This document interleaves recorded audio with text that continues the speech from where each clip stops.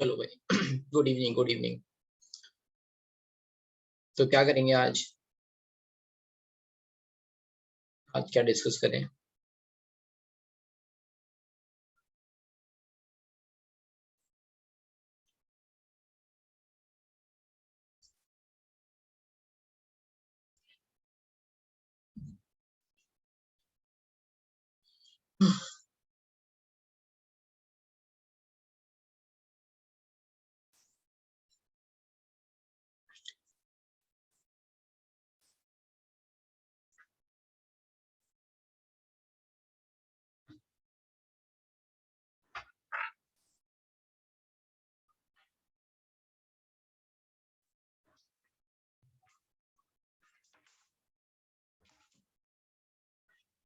Good evening.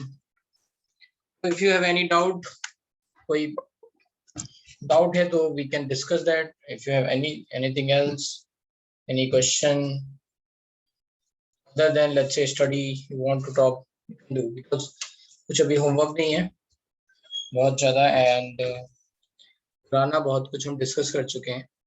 So I don't know, whatever you will say we will do.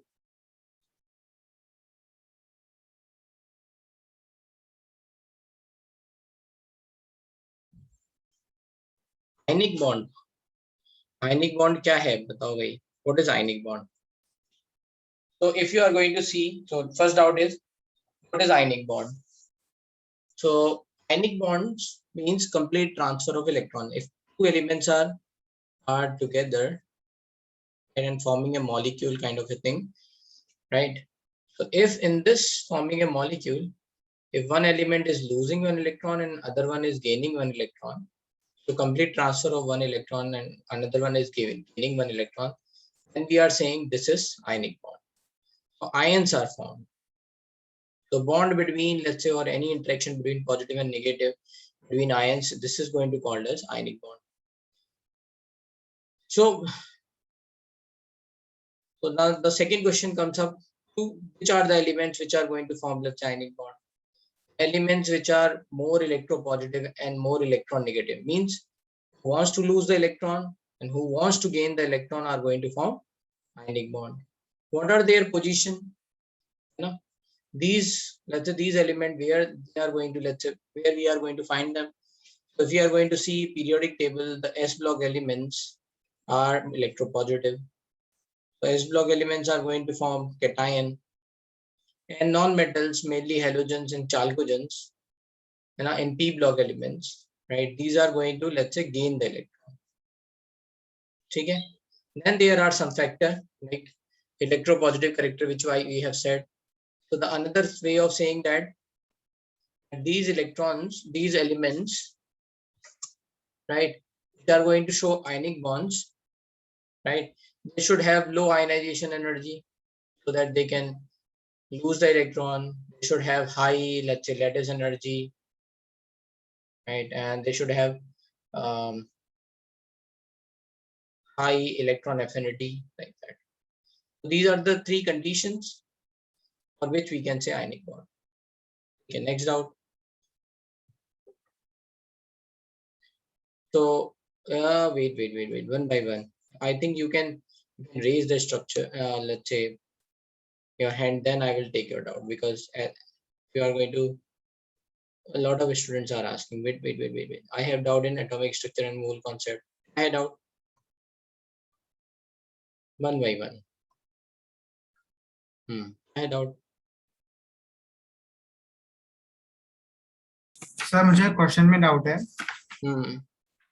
Sir page number, एक second मैं आपको बताता हूँ। मुझे भी ओपन करने दो। Page booklet page booklet.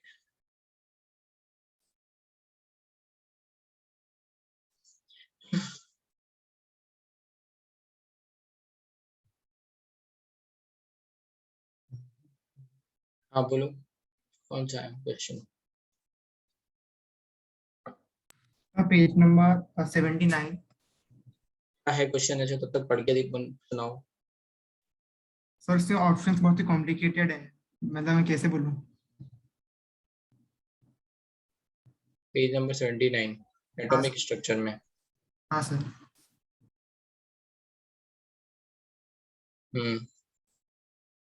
Sir question number 35। हाँ तो ये क्वेश्चन में क्या दे रखा है, एनर्जी ऑफ इलेक्ट्रॉन दी रखी है, तो जो -13.6 की जगह ये वैल्यू दे रखी है, तो इसको सर ई ये नॉट मान लो। Page number 79। 79 ही है ये तो ये वाला क्वेश्चन नहीं है तुम्हारा, नहीं सर। ये 74 है। Okay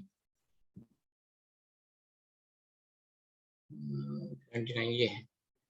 so kinetic energy of electron in second Bohr orbit of hydrogen atom. ठीक है, काइनेटिक एनर्जी जो है वो क्या है, kinetic energy is half mv square. अब इसमें आपको ई नॉट का मतलब तो पता ही है, आर नॉट है ना। अब आपको क्या करना है, हाँ v की सर वो वैल्यू कर लिखनी दिया। है। v की वैल्यू कैसे लिखोगे, है ना, तो mvr इक्वल्स टू nh/2 पाई, ये होता है ना। v इक्वल्स टू क्या हो गया, nh/2 pi into mr, sorry mv, हाँ mvr ना, mvr mr यहाँ पे क्या है, rn है ना, vn। अब इसने बोला है सेकंड बोर ऑर्बिट, मतलब v2 पूछ रहे हैं, 2 हो गया यहाँ पे, n की वैल्यू 2 पाई इंटू m। हाँ से कर लूंगा। अब rn की वैल्यू लिख लो, r not n square by z। तो हाँ उससे सर समझ गया। हम्म, हम्म, अरे तो रुको सर भाई, पेज नंबर। हाँ एक एक करके बोलो। अभी मैंने क्या बोला है, हाथ उठाओ, पूछेंगे, बहुत सारे लोगों के पेंडिंग है डाउट अभी। वेट वेट वेट, हाँ बोलो जल्दी जल्दी बोलो यश। सर चलो पेज यश, नंबर 82। 82 है doubt. Question number 4। Electron density in xy plane of 0 नहीं थी। Sir 82 page number. यार 82 है ये है ना 82। हाँ सर यही है। हाँ लिखा है, in atoms total number of electrons having quantum number 4 ml equals to 1, ये मॉड लगा हुआ है, इसका मतलब क्या है, हाँ +1 सर। -1 सर चलेगा। आंसर 3 आना चाहिए ना। पता नहीं, देख लेते हैं। एल की वैल्यू 4 के लिए देखो, एल की वैल्यू क्या हो सकती है, 0, एल की वैल्यू 1, एल की वैल्यू 2, एल की वैल्यू 3। ठीक है, इसने ml दे रखा है, इसका मतलब क्या है, l नहीं है, इसका मतलब m वैल्यू है। m की वैल्यू किस कौन सी आएंगी, देखो इसके लिए 1 के लिए आएगी +1 -1 और नॉट। l की वैल्यू 2 के लिए भी m की वैल्यू क्या हो सकती है, -2 टू +2 आती है, तो +1 -1 आ सकते हैं या नहीं। हाँ सर आ सकते हैं। हाँ, 3 के लिए भी आ सकते हैं +1 -1। हाँ सर। टोटल कितने हो गए, 6 ऑर्बिटल। 6 ऑर्बिटल में ये कह रहा है कि स्पिन जो है वो -½ हो, 6 इलेक्ट्रॉन्स हो जाएंगे। सर मॉड दिया ना, तो हम खाली 1 के लिए लेंगे, +1 के लिए, -1 के नहीं लिए नहीं, क्यों दिया। -1 के लिए लेंगे ना, -1 + n1 दोनों का मॉड 1 होगा ना। अच्छा हाँ सर। हम्म, हाँ। ठीक है, नेक्स्ट डाउट बोलो आदित्य, क्या डाउट है, ये हो गया ना तुम्हारा डाउट। हाँ सर। ठीक है गुड। हेलो हम्म, हेलो हाँ बेटा बोलो। हाँ sir, why do ionic compounds have a higher melting point than the covalent compounds? Actually what happens is, this is purely, let's say this interaction is positive and negative, ये पूरा electrostatic है, strong interactions होता है, comparison to covalent bond, covalent compounds, not bond, covalent compounds. Covalent compounds means weak van der Waals attractive force.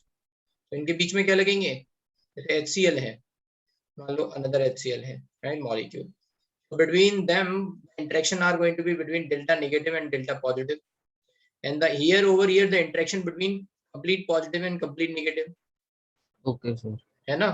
So Yes sir. obviously delta positive and delta negative is going to be very less comparison Yeah. over here, right, इसलिए interaction Okay. Weak होते हैं, और you can understand कि physical interactions are weaker than the ionic और chemical bonds, है ना, chemical interaction.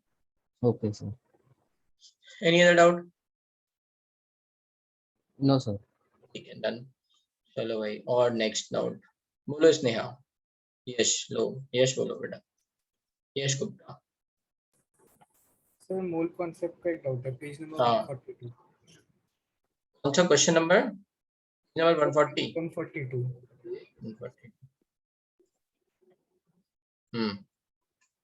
बोलो उसमें एक्सपर्टाइज अटेनल का question question 1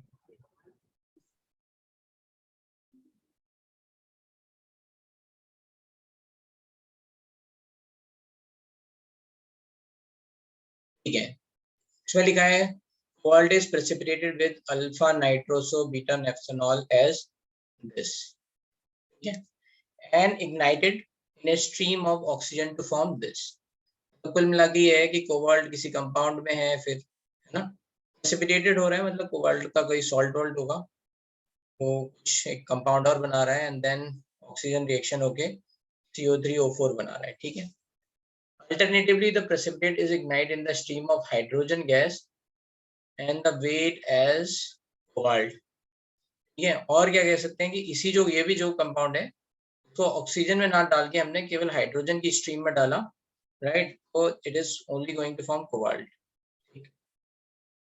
What weight of cobalt would have been obtained from the same weight of the sample that produces 0.2125 gram of CO3O4? What was the weight of precipitate that gave? ये कह रहे हैं कि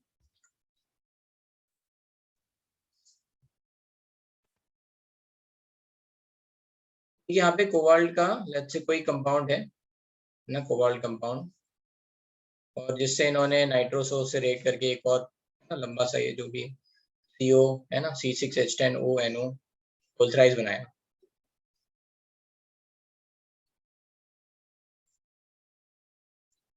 ठीक है ऐसा। फिर इसकी रिएक्शन कराई ऑक्सीजन से तो CO3O4 बन रहा है, और फिर इसकी रिएक्शन कराई अगर हाइड्रोजन से तो ये CO बन रहा है। नाउ वी नो दिस, ये 0.2125 है, ठीक है।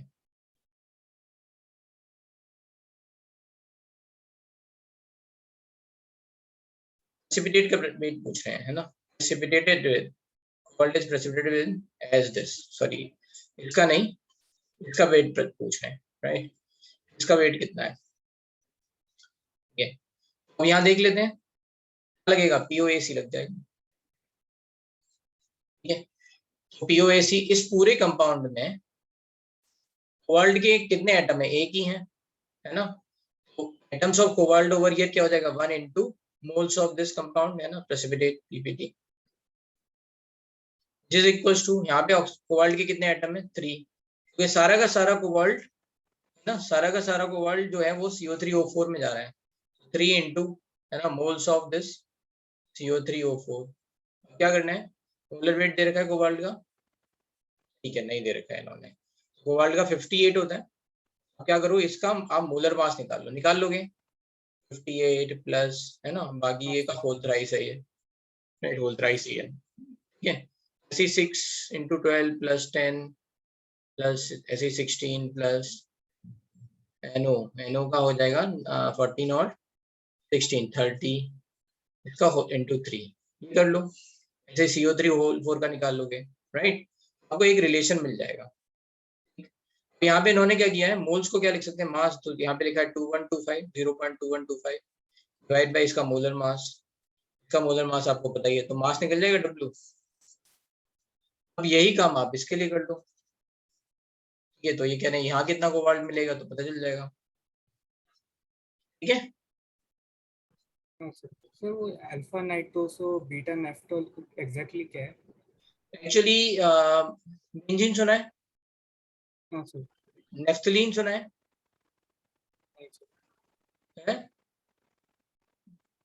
ये बेंजीन है, नेफ्थलीन बॉल्स आती है ना, नेफ्थलीन बॉल्स वो हाँ उसमें डालते हैं, क्या कहते हैं खाने, मतलब गेहूं में राइस में डाल के रखते हैं इन्फेक्शन उसके लिए, और टॉयलेट में भी डालते हैं, ठीक है, पब्लिक टॉयलेट में दिखेगा नेफ्थलीन बॉल्स, तो वहां से सुना होगा आपने, राइट राइट, तो ये नेफ्थलीन है। नेफ्थॉल क्या हो जाएगा, है ना, यहाँ पे इन्होंने बोला है बीटा, बीटा नेफ्थॉल, ऑल का मतलब क्या हो जाएगा, इसकी ये वाली पोजीशन होती है अल्फा, ये भी अल्फा, आगे हम पढ़ेंगे, सिमिलरली ये भी अल्फा, ये भी अल्फा, बीटा, ये बीटा, ये बीटा, ये बीटा, सब एक जैसे ही है ना, सिमेट्री है। बीटा पे लगा दो आप क्या, OH, अल्फा पे लगा दो नाइट्रोसो ग्रुप, नाइट्रोसो मतलब NO, तो ये हो गया, ठीक है। But anyway you don't have to worried about, आपको तो बस यहाँ दिमाग लगाना है, पुराने कपड़ों में, यस करेक्ट था। ठीक है, आपका डाउट हो गया बेटा कंप्लीट? हाँ सर। ठीक है, चलो राइट, नेक्स्ट इज गौरांश, बोलो बेटा Gauransh. Good evening, sir. Good evening. Sir, can you please explain Wallace bond theory of chemical bonding? Balance bond theory में क्या पॉइंट है, पहले वो बताओ, कौन सा बात नहीं समझ में आया? Sir, sigma and pi bonding. Sigma bonding बनती है एक्सेल ओवरलैपिंग से, और पाई बॉन्ड बनता है लेटरल Lateral ओवरलैपिंग। overlap. हाँ, उसमें क्या बताओ पॉइंट, थोड़ा सा अगर बताओगे तो फिर अच्छी तरह से बता पाऊंगा। कौन सी वाली बात तुम्हें नहीं आ रही है? सर मतलब कि number of sigma bond pi bond में दिक्कत आ रही है?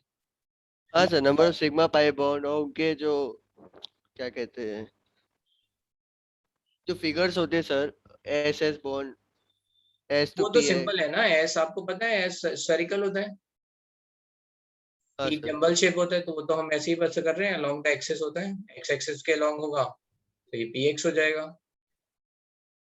फिगर में कुछ प्रॉब्लम नहीं होनी चाहिए, इसको आपस में मिक्स मर्ज कर दिया तो ये ऐसा हो गया। आप बताओ क्या डाउट है? ओवरलैपिंग हो गई। ओके।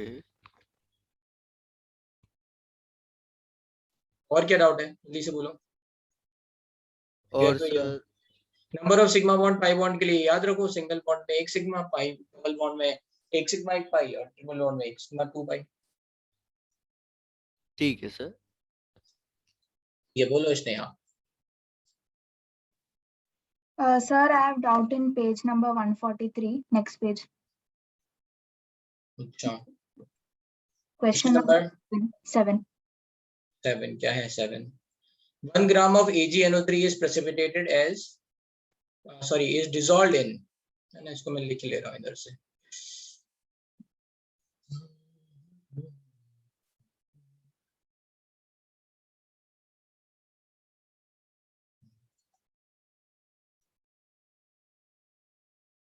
कितने मार्क्स आए स्नेहा इस बार?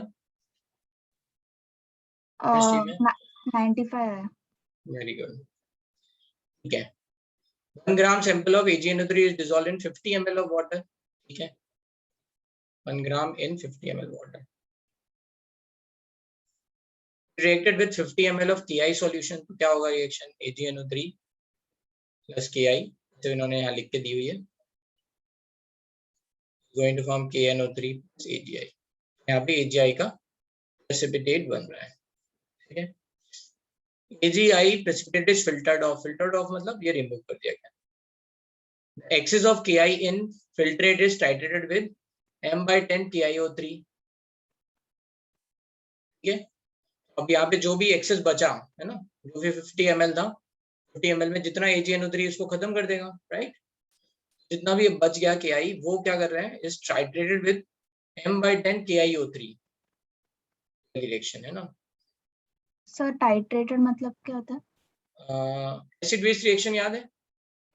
उनको टाइट्रेशन बोलते हैं, मतलब एक दूसरे को कैंसिल आउट करना, मतलब एक तरह से न्यूट्रलाइज, या फिर हाँ न्यूट्रलाइजेशन, या फिर यहाँ पे हम बात समझ सकते हैं ये दोनों आपस में रिएक्ट कर रहे हैं, तो यहाँ पे इस तरह से आ जाएगा। इन्होंने हमें रिएक्शन दे रखी है तो हमें ज्यादा दिमाग लगाना नहीं है, ठीक है। Added with m/10 KiO3 in presence of 6 molar HCl till all I minus converted to ICl, ठीक है। तो अब यहाँ पे क्या होगा, KiO3 plus 6 HCl, ये हो गया 3ICl plus 3 KCl plus CH2, okay, ठीक है, राइट।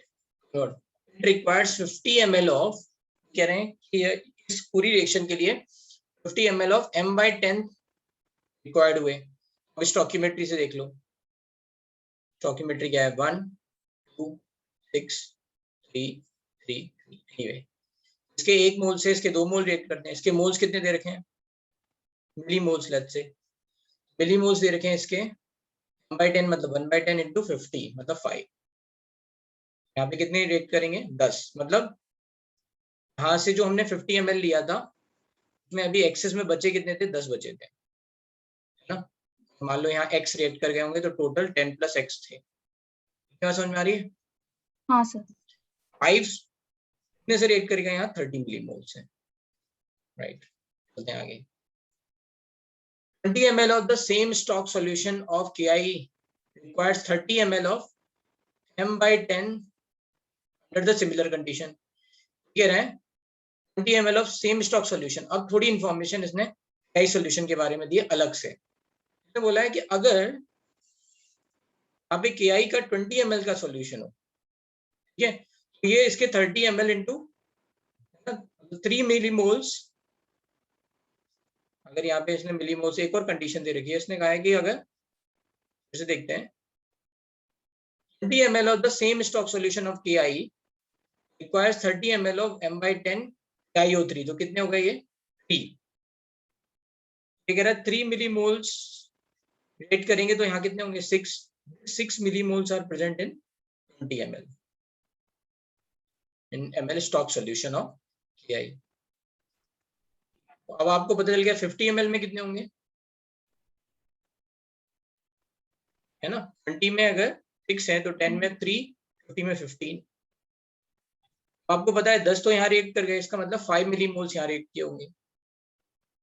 AgI के भी कितने होंगे 5 मिलीमोल्स होंगे। आगे देखते हैं, ये इतनी इंफॉर्मेशन हमें पता चल गई, है ना। Calculate percentage of AgNO3 in the sample, the reaction involves are. ठीक है, 5 मिलीमोल्स AgNO3 है तो आप इसका मास निकाल सकते हो। मास ऑफ AgNO3 क्या होगा, Ag108 NO3, ऑक्सीजन 48 और 14 62 और 108, 62 और 108 हो गया 170 ग्राम। तो 5 मिलीमोल्स का मतलब कितना हो जाएगा, 5 मिलीमोल्स का मतलब हो गया 170 इंटू 5 डिवाइड बाई, मिली है तो मोल्स में कन्वर्ट कर ले रहे हैं, इतने मिली है ना, तो डिवाइड बाई 1000, तो इससे आ गया कितना 0.85 ग्राम।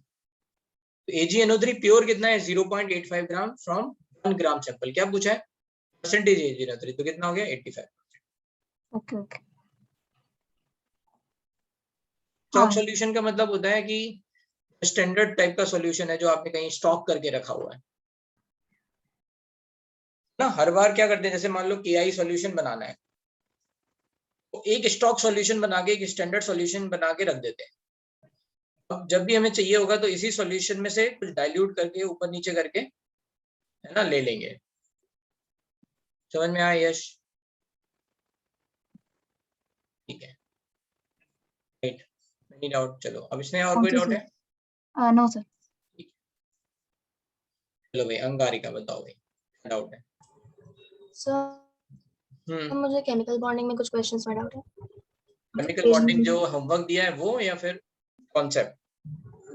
नहीं, आगे के क्वेश्चंस, बट आपने वो टॉपिक कवर कर लिया है। अगर वो हमने होमवर्क दिया है उसमें से है तो वेट कर लो, इसके अलावा कुछ है तो पूछ लो। अच्छा वैसे बताओ क्या है डाउट? ओके, नहीं होमवर्क से नहीं है। बोलो क्या है डाउट? Page number 61। क्वेश्चन पढ़ के बोलो। अच्छा, in the nitrite ion NO2 minus dash. Option A, both bonds are single bonds. B, both bonds are double bonds. C, one bond is a double bond तो and the आपको other structure is a बताना है single कुल bond. मिला के। हाँ मैंने बनाया, बट उसके हिसाब से एक सिंगल बॉन्ड एंड दूसरा डबल बॉन्ड आया, बट पीछे D दिया है which is both bonds are the same. हाँ तो वो रेजोनेंस के कारण आता है एक्चुअली। ओह अच्छा, हाँ। अभी आगे मत भागो, पूरा हमने पढ़ाया नहीं है। ये तुमने स्ट्रक्चर सही बनाया है। अब याद है N3 माइनस वाला स्ट्रक्चर कुछ बनाया था ना, N3 माइनस, रिमेम्बर? यस। अभी आपने माइनस इधर बनाया, कोई दूसरा स्टूडेंट क्या कर सकता है, वो माइनस इधर बना दे, इसको बोलेंगे हाँ रेजोनेटिंग सर, रेजोनेंस स्ट्रक्चर, पता है। है ना। हाँ ये इधर जाएगा तो इधर चला जाएगा, राइट। यस। अब इसमें डबल बॉन्ड बनने लग गया, इसको बोलते रेजोनेंस, इसलिए ये बॉन्ड सेम हो सारे। अब तो बीच में ऐसे डैश डैश आएगा ना बॉन्ड डैश डैश मतलब हाँ हाँ हाँ ओरिजिनल्स में। Partial bond right. हाँ सो देन एक और था bond enthalpy is A always positive, B always negative. So ये bond enthalpy तो B होना चाहिए ना, always negative. नहीं ऑलवेज पॉजिटिव, क्योंकि वही बात है, हम निकाल नहीं पाते ना कि कितना बॉन्ड फॉर्म होते हुए एनर्जी होगी, तो कहते हैं कि बॉन्ड ब्रेक करने में कितनी एनर्जी मतलब रिक्वायर्ड है. ओह अच्छा. जितनी एनर्जी बॉन्ड ब्रेक करने में रिक्वायर्ड है वो है bond enthalpy. Okay. So then एक और था वो bond have a cycle से है. I think वो मॉड्यूल बोलेंगे तो समझ में आएगा. एक मिनट, कौन सा page number? 60.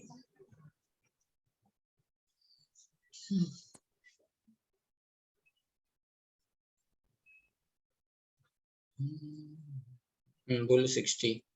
12th. 12th question.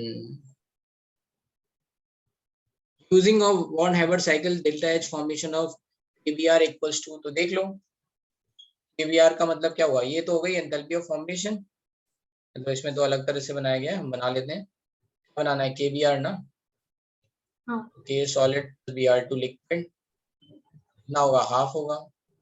अब लिख लो K गैस, फिर K प्लस गैस, ये आयनाइजेशन हो गया, सब्लिमेशन एनर्जी, आयनाइजेशन एनर्जी, फिर यहाँ वेपोराइजेशन Br2 गैस, इतना हाफ डेल्टा एच वेपोराइजेशन, ये हो गया फॉर्मेशन. फिर ये Br2 से Br half bond dissociation, bond enthalpy, Br से Br minus which is electron affinity, and then lattice energy. ये हो गया आपका. ठीक है, कौन कौन सी लगी? सब्लिमेशन, आयनाइजेशन, राइट, और half vaporisation, half bond energy and electron affinity. देख लो. अच्छा, इन्होंने क्या पूछा है? Enthalpy of formation is equals to, अच्छा इन्होंने ये फॉर्मेशन ऑफ के गैस लिखा है, इसका मतलब क्या है? फॉर्मेशन ऑफ के गैस का मतलब है ये के प्लस गैस लिखा है, के प्लस लिखा है, के लिखा है, के लिखा है, मतलब ये फॉर्मेशन. यहाँ तक पहुंच गए, ये स्किप कर दिया, मतलब सब्लिमेशन नहीं लिखा. और ऐसे Br गैस लिखा है, इसका मतलब यहाँ पहुंच गए, फॉर्मेशन ऑफ Br गैस. ठीक है, फिर ionisation energy and electron affinity, ये ई इलेक्ट्रॉन एफिनिटी के टर्म्स में लिखा हुआ है.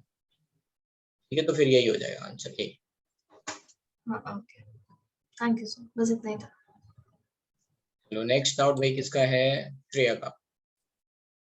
ठीक है भाई, क्या डाउट है श्रेया, बताओ. मेट्रो बताओ. यस, बोलो श्रेया. सर मुझे पीरियोडिक टेबल में डाउट था. हम्म, उसमें जो हम इलेक्ट्रॉन गेन एंथैल्पी और इलेक्ट्रॉन एफिनिटी है, उन दोनों का हम उन दोनों में डिफरेंस क्या है दोनों के टर्म में? डिफरेंस ये है, इलेक्ट्रॉन एफिनिटी जो है और इलेक्ट्रॉन गेन एंथैल्पी, ये साइन में अपोजिट है. बस ठीक है, बस इतना ही डिफरेंस है. हाँ, तो उसके टर्म का मतलब क्या हो, मतलब साइन उसका ऑपोजिट? देखो, जब भी इलेक्ट्रॉन एफिनिटी पूछी जाए ना, जब भी इलेक्ट्रॉन एफिनिटी पूछी जाए तो आप ये लॉजिक लगाना कि कौन इलेक्ट्रॉन गेन करना चाहता है, एनर्जी को बाद में देखना. ये कौन गेन करना चाहता है, क्या ऑर्डर है, उसके हिसाब से आप मैग्नीट्यूड देख लेना. अगर आपको साइन में दिक्कत हो रही है ना, तो केवल मैग्नीट्यूड देख के चलना. मतलब इलेक्ट्रॉन एफिनिटी हुआ तो फिर कौन कितना ज्यादा इलेक्ट्रॉन गेन करना चाहता है, कौन इलेक्ट्रॉन को अट्रैक्ट कर रहा है अपनी तरफ, बस वो तो उसको इलेक्ट्रॉन नेगेटिविटी जिसका ज्यादा होगा उसका इलेक्ट्रॉन एफिनिटी ज्यादा होगा. नहीं, इलेक्ट्रॉन नेगेटिविटी यही डिफरेंस है. जैसे मान लो इलेक्ट्रॉन नेगेटिविटी फ्लोरीन का ज्यादा है, बट इलेक्ट्रॉन नेगेटिविटी है ना, और बट इलेक्ट्रॉन एफिनिटी क्लोरीन का ज्यादा है, तो ऐसा हमेशा नहीं कह सकते, ये उसमें कुछ एक्सेप्शंस याद रखने पड़ेंगे. और इलेक्ट्रॉन एफिनिटी में अगर याद करो तो काफी सारे एक्सेप्शन है. तो वो थोड़े से याद रखने पड़ेंगे.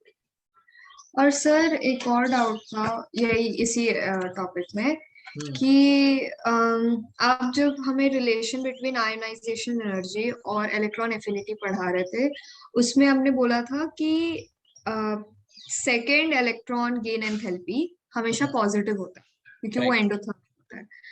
लेकिन जब आप वो रिलेशन बिटवीन वो पढ़ा रहे थे, उसमें आपने second electron gain enthalpy of x cation को आपने नेगेटिव बोला।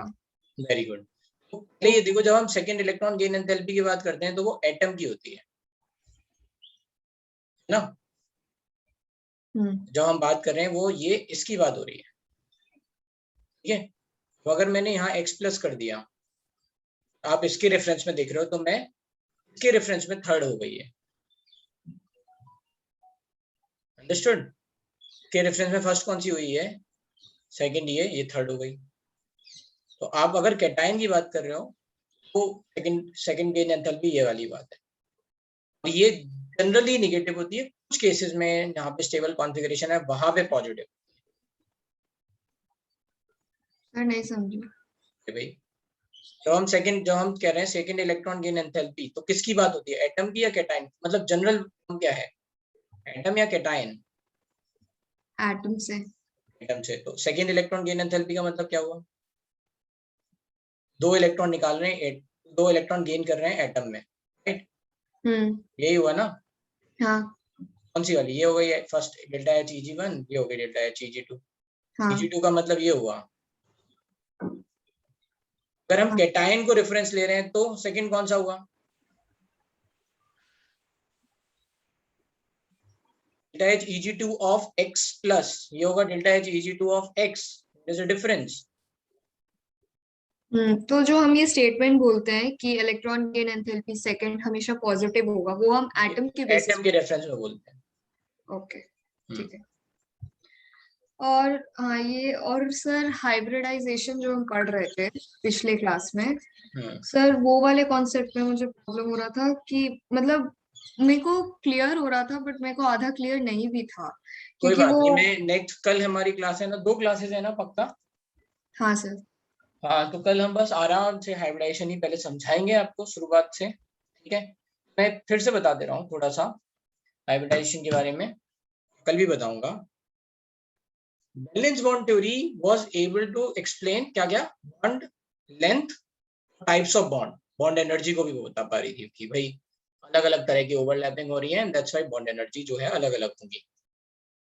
और बॉन्ड लेंथ भी बता पा रही थी कि भाई वो है ना, दो न्यूक्लियस के बीच में बॉन्ड क्या होगा। नहीं बता पा रही थी वो है स्ट्रक्चर, बॉन्ड एंगल, ये सब बातें नहीं बता पा रही थी, है ना, बैलेंस बॉन्ड थ्योरी। फिर एक हाइपोथेटिकल कॉन्सेप्ट का मतलब क्या होता है, थ्योरेटिकल कॉन्सेप्ट।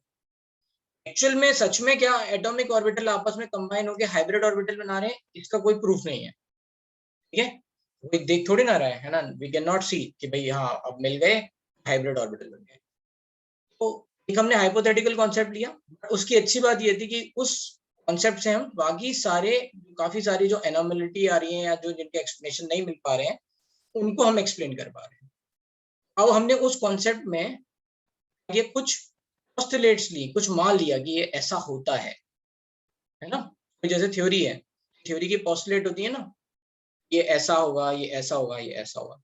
तो कल हम पोस्टुलेट्स बता रहे थे, उसमें हमने मान लिया कि हाइब्रिड ऑर्बिटल ऐसा दिखता है, और उसके पीछे की रीजन क्या था, हाइब्रिड ऑर्बिटल में जो बिगर लोब है वो पार्टिसिपेट करेगा। और हमने बोला कि भाई कि एक पोस्टुलेट तो ऐसी हो गई कि ये ऐसा दिखेगा हाइब्रिड ऑर्बिटल, दूसरी पोस्टुलेट ऐसी हुई भाई जो बिगर लोब है यही क्या करेगा, ओवरलैपिंग में पार्टिसिपेट करेगा, कहीं पे ओवरलैपिंग होगी तो यही पार्टिसिपेट करेगा। इसका मतलब क्या है कि बिगर लोब में ज्यादा इलेक्ट्रॉन डेंसिटी है, तो more electron density is going to participate in bond, hence the bond is going to be stronger.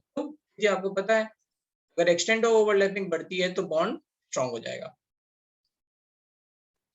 ठीक है। तो ये जो है ना, ये हमने माना है, ठीक है।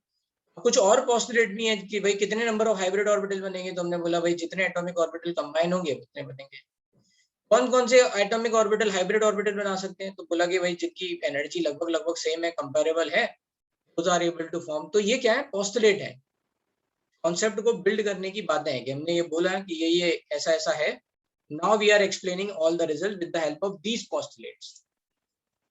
बताओ क्या डाउट है? सर आप जो उसमें पहला पॉइंट लिखाए थे कि pure atomic orbitals of central atom will intermix with each other and form hybrid orbital, उसका मतलब क्या हुआ? जैसे मान लो कहीं पे let's say we are taking example of ये, अच्छा कंपाउंड तुम बताओ, कंपाउंड लो, मॉलिक्यूल पॉलीएटॉमिक होना चाहिए, डायटॉमिक नहीं, कोई भी बोल दो। CO। CO डायटॉमिक है, कोई एटम है, मान लो NH3 है, ठीक है, अब ये सेंट्रल एटम हो गया। CO में तो 2 ही एटम है, तो 2 एटम है मतलब 2 है ना, 2 एटम्स आपस में ऐसे अलाइंड है, हमेशा लीनियर ही होगा ना। प्रॉब्लम कब आएगी? जब 3 एटम होंगे। जैसे मान लो कहीं CO2 लिखा है, कैसे हम डिसाइड करेंगे कि ये हमेशा लीनियर भी होगा? कोई कह सकता है ये ऐसा भी हो सकता है ना, कैन लुक लाइक दिस, कोई कह सकता है ऐसा होगा, ऐसा होगा, कैसा होगा ये ना, पॉसिबिलिटीज आ गई। एक्सपेरिमेंटली पता चला अच्छा ये ऐसा होता है। बैलेंस बॉन्ड थ्योरी के हिसाब से तो ऐसा होना चाहिए था 90 डिग्री का एंगल, राइट? तो नहीं हुआ ना explain, right? Yes sir.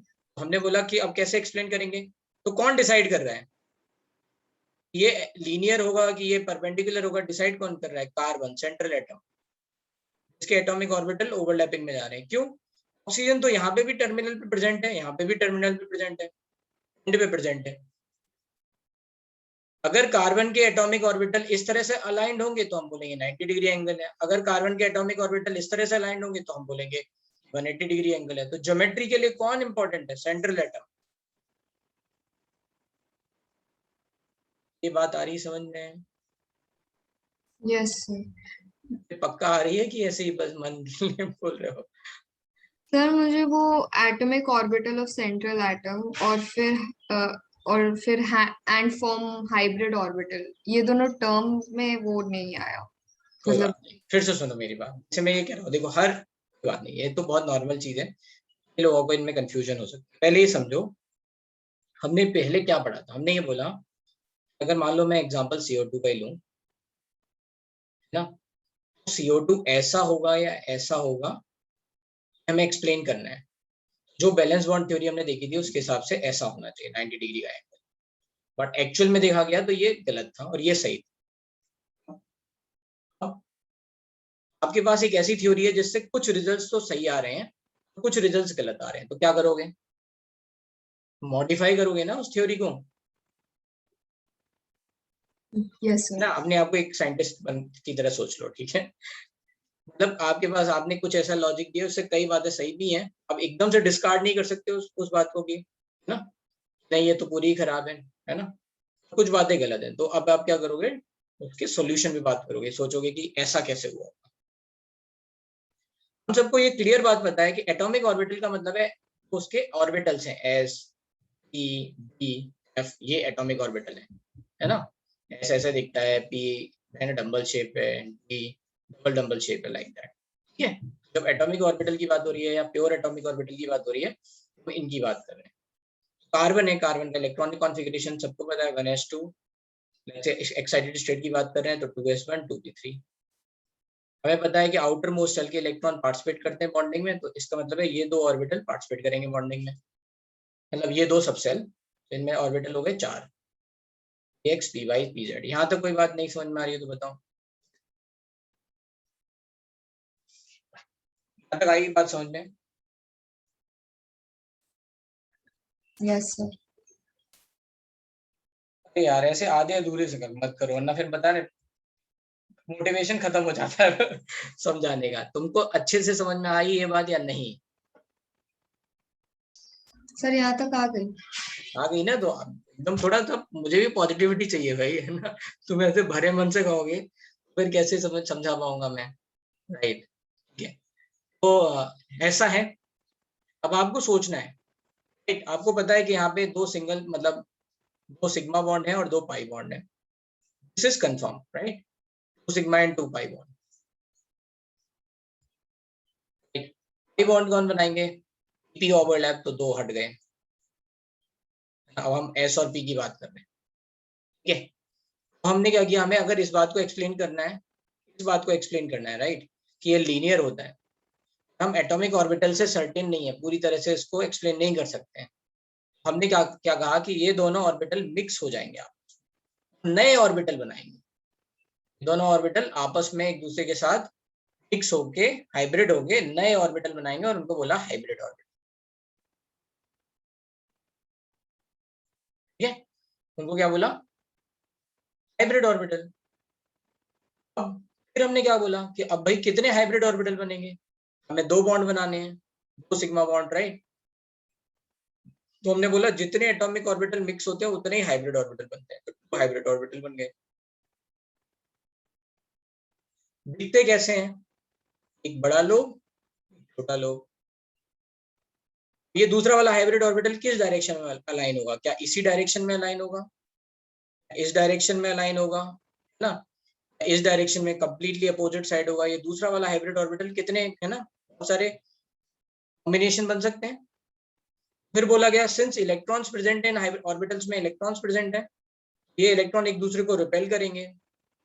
Hybrid orbital में कैसे आपस में एक दूसरे को अलाइंड होंगे? So that there is going to be a maximum distance electron electron के बीच में। तो क्या होगा? मिनिमम रिपल्शन, मोर स्टेबिलिटी, है ना। मान लो 2 लोग हैं, मैं कोई मान लो कोई तुम्हें एक पर्सन है बिल्कुल नहीं पसंद, क्या करोगे? तो दूर भागोगे ना, और उसकी शक्ल ना देखनी पड़ जाए, राइट। बस हो गया, आगे समझ में? ये ऐसा हो गया। अब हमने बोला ये ऐसे हो गए हाइब्रिड ऑर्बिटल, एक हाइब्रिड ऑर्बिटल का बड़ा लोब इधर, छोटा लोब इधर, दूसरे वाले का बड़ा लोब इधर, छोटा लोब उधर। अब ये हो गया हाइब्रिड ऑर्बिटल। इसका बड़ा लोब एक ऑक्सीजन से यहाँ ओवरलैप करेगा, ऑक्सीजन में तो पी ओवरलैप कर रहा है, एक यहाँ से ओवरलैप करेगा, एक यहाँ से ओवरलैप करेगा, क्लियर है? चलो आगे चलो।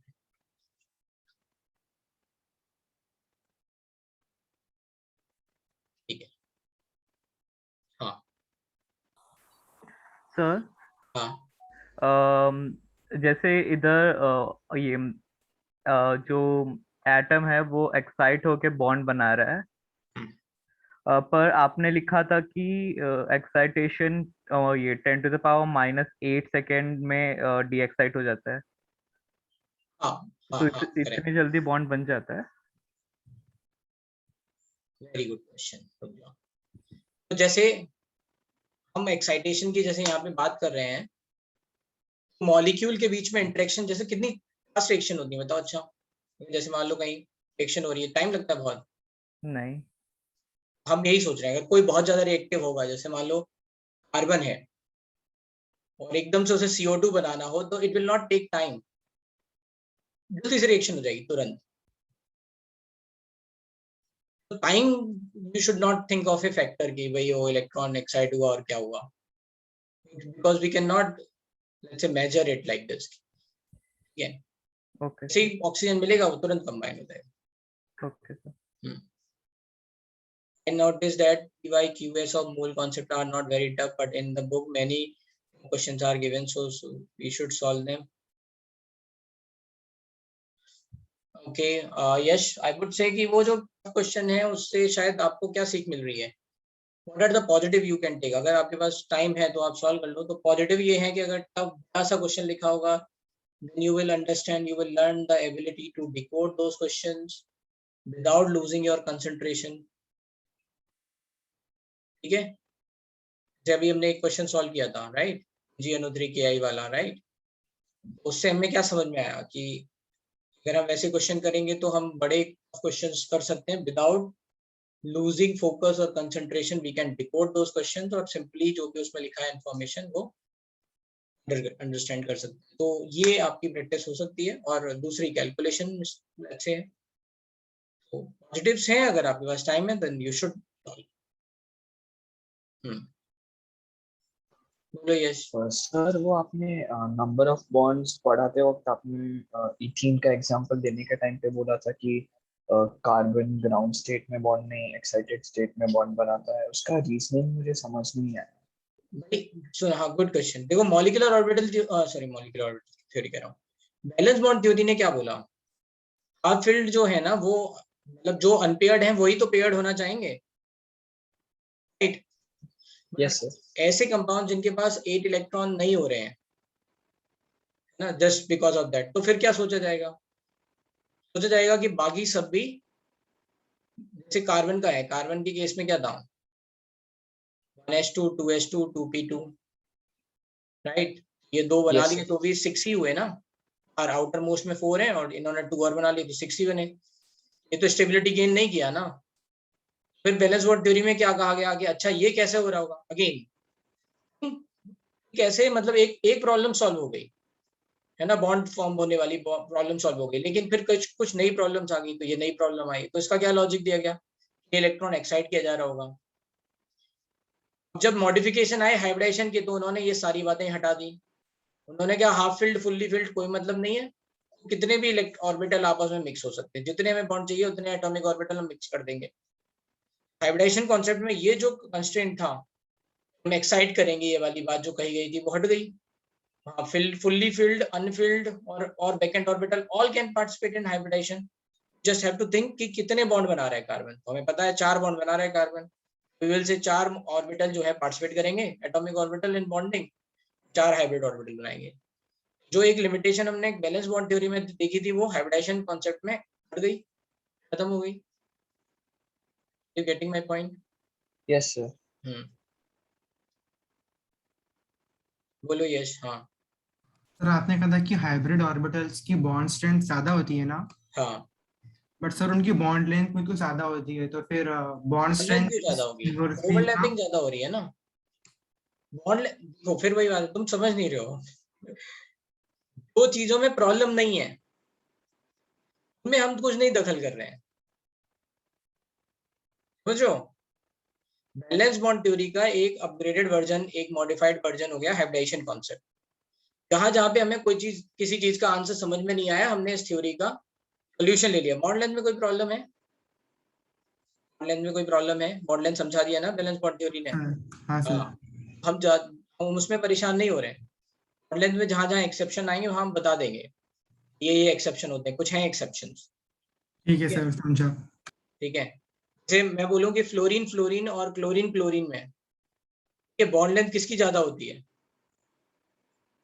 फ्लोरीन फ्लोरीन F2 और Cl2 में, तो फ्लोरीन की बॉन्ड लेंथ ज्यादा होती है क्लोरीन से, फ्लोरीन क्लोरीन से। अब ऐसे अगर तुम लॉजिक सोचोगे तो तुम बोलोगे सर 2p2p ओवरलैप है, 3p3p ओवरलैप है, 3p3p ओवरलैप दूर होना चाहिए, तो उसका फिर रीजन है, लॉजिक एक बात कह रहा है, एक्चुअल में तो ऐसा हो नहीं रहा। एटॉमिक लेवल पे जाओगे तो कोई बात सर्टेन नहीं है, always have to ensure first, है ना, एक्सपेरिमेंटली देखना पड़ेगा, अच्छा ये ऐसा होता है, हमारा लॉजिक तो कट गया, अब क्या हो रहा होगा, लॉजिक क्यों कटा, now again you have to think. Logic इसलिए कटा कि फ्लोरीन फ्लोरीन में जो एटम्स हैं उनमें इलेक्ट्रॉन डेंसिटी बहुत ज्यादा है, छोटे एटम्स हैं, इलेक्ट्रॉन डेंसिटी बहुत ज्यादा है, जब उनको पास पास लाया जाएगा तो फिर क्या होगा, उनमें रिपल्शन डोमिनेट करने लग जाएगा। इसको रिपल्शन को मिनिमाइज करने के लिए, है ना, क्या करना पड़ेगा, ये दूर दूर चले जाएंगे। हाँ सर, समझा। Getting it? Yes sir. हाँ, तो ये जब तक आप इस चीज को नहीं समझोगे, तब तक आपको ये कितने भी एक्सेप्शन है इनसे चिढ़ मचेगी, है ना, इरिटेशन होगी। यार ये एक और नया एक्सेप्शन बता दिया, है ना, मस्ती है, होती है इरिटेशन।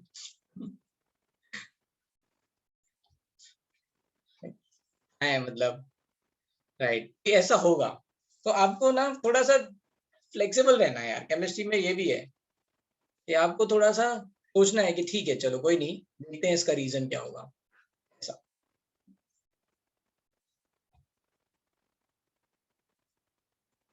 रेजोनेंस आगे पढ़ाएंगे सर्वेश, अभी अभी हमने पढ़ाया ही नहीं है, थोड़ा सा बस बता दिया था, एक स्ट्रक्चर बना दे रहे हैं, रेजोनेंस पूरा पढ़ाएंगे। हाँ डाउट्स, हाँ बताओ डाउट्स,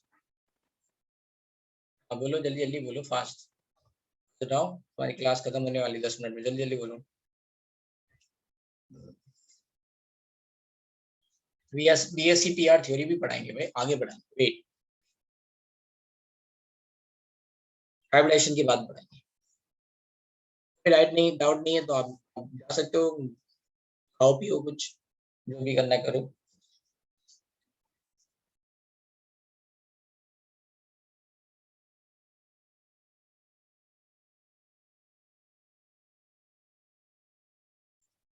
चलो के लेक्चर की तैयारी करो, ठीक है। चलो, how to determine the size between lithium, rubidium, beryllium and magnesium? तो देखो रुबिडियम तो लिथियम से बड़ा होगा, सृष्टि है, हाँ लिथियम और रुबिडियम में बड़ा होगा।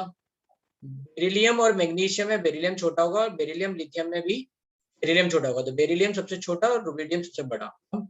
To compare between lithium and magnesium, तो क्या बताया था, कौन बड़ा है साइज में?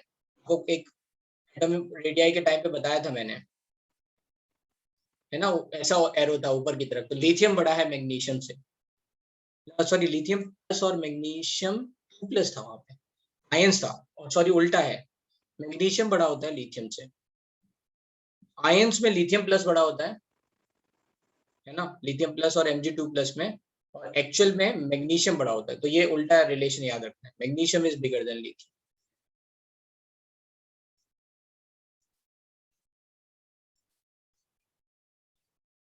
बी, अच्छा जयेश, BeCl2 इज कोवेलेंट। जब भी कोवेलेंट आए फजांस रूल, जब भी कोवेलेंट आए क्या लगाना है, फजांस रूल।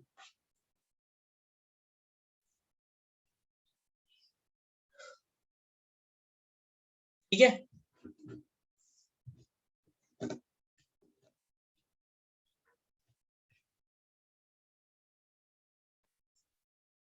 हाँ बोलो ऋषिका, क्या है doubt? Sir, can you explain how ionic bonds are non-directional? बताओ कैटायंस के केवल एक पर्टिकुलर डायरेक्शन में या फिर हर डायरेक्शन में? Sir, I didn't understand. If I am saying Na plus and Cl minus, whether the Cl minus is in particular direction or in every direction? In a particular direction, in NaCl. It is in all direction. Okay. Every Na plus is surrounded by Cl minus and Cl minus is surrounded by Na plus. That's how the ionic lattice is.